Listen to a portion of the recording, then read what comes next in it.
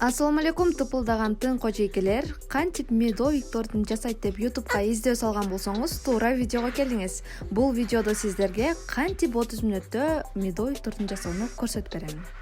Алгач ушундай чоң жумурткаларыбызды идишибизге салабыз дагы миксердин жардамы менен көөртүп баштайбыз. Эсиңиздерде болсун, жумурткалар чоң болуш керек, же болбосо алтоону дагы кошуп койсоңуздар болот. 1-2 мүнөт көөрткөн соң сахарыбызды аз-аздан ушинтип аралаштырып баштайбыз. Аз-аздан салабыз, анткени жумурткабыз менен сахарыбыз экөө аралашып, сахарыбыз эрип кетиш керек. Жумурткабыз менен сахарыбыз ушундай абалга келгенден кийин токтотуп турабыз дагы. Башка темир идишибизге 4 аш кашык балыбызды салып алабыз. Эми салган балыбызды отко коебуз дагы, жай отко коюп, акырындык менен эритип баштайбыз. Балыбыз эрип ушундай абалга келет. Андан кийин кайнап баштайт. Кайнаганда ага 1 чай кашык сода салабыз. Бал менен сода аралашып, балыбыз бат эле ушинтип көрүп чыгат. Көргөндөн кийин аны тынбай аралаштырып туруш керек. Себеби оттун табына балыбыздын түбү күйүп, корозкан болуп калышы мүмкүн. Ошондуктан тынбастан ушинтип кашыктын жардамы менен аралаштырып турасыздар. Эми караңыздар, тынбай аралаштырганда балдын түсү өзгөрүп баштайт. Карамельный свет болгончо ушинтип аралаштырабыз.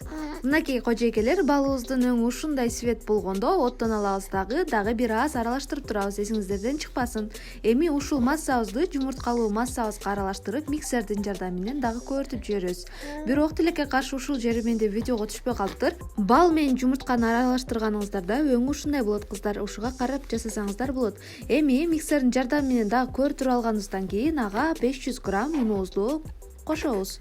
Элеп кошуңуздар жана төмөндөн жогоруну карай аралаштырабыз, кыздар.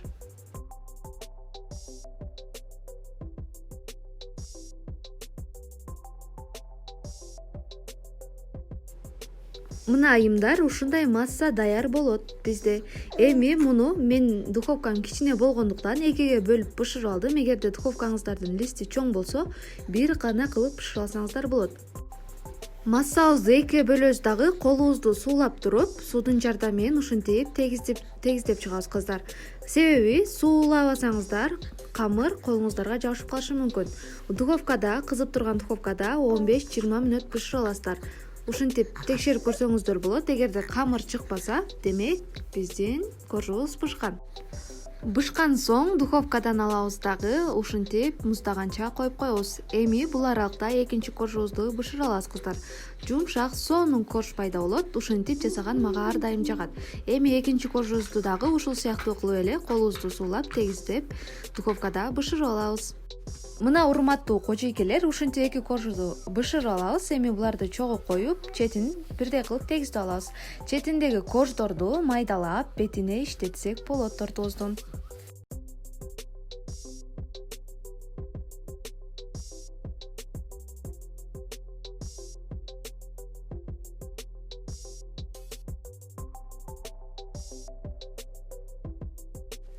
Эми эки коржду тең ортосунан бөлүп алабыз жана аларды дагы тең ортосунан бөлөбүз. Себеби бизге бирдей кылып кескенге ыңгайлуу болуш үчүн. Мына урматтуу кожойкелер, ушинтип бардык корждорду кесип аласыздар тең ортосунан. Мынакей урматтуу айымдар, ичинде көрсөңүздөр болот, өтө жумшак, балжыттанган корждор болот. Өзүм дагы жесеңиздер болот, албетте. Ушинтип даярдап көрүңүздөр сөзсүз түрдө. Эми буларды кое турабыз дагы, кремини даярдап алабыз. Креми дагы өтө жөнөкөй даярдалат, кыздар, себеби дүкөндөгү эле 15% сметанадан 500 грамм кошобуз дагы, ага 200 грамм сахар пудрасын кошобуз. Сахар пудрасын азайтып же көбөйтсөңүздөр болот, өзүңүздөрдүн табитиңиздерге жараша. Мага 200 грамм норма болду. Мына ушинтип эле экөөнү аралаштырып даярдап алабыз. Өтө оңой, бат 5 мүнөттө даярдала турган крем болот. Эми бул кремибизди даярдап алганыбыздан кийин корждорубуздун ортосуна бирдей өлчөмдө сыйпап чыгабыз.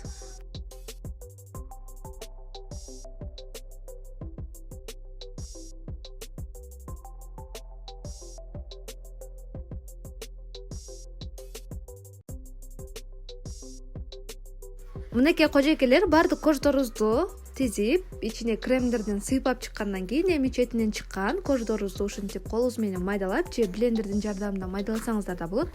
Мен колумдун жардамы менен эле майдаладым. Ушинтип бетине, четтерине сеип чыгабыз.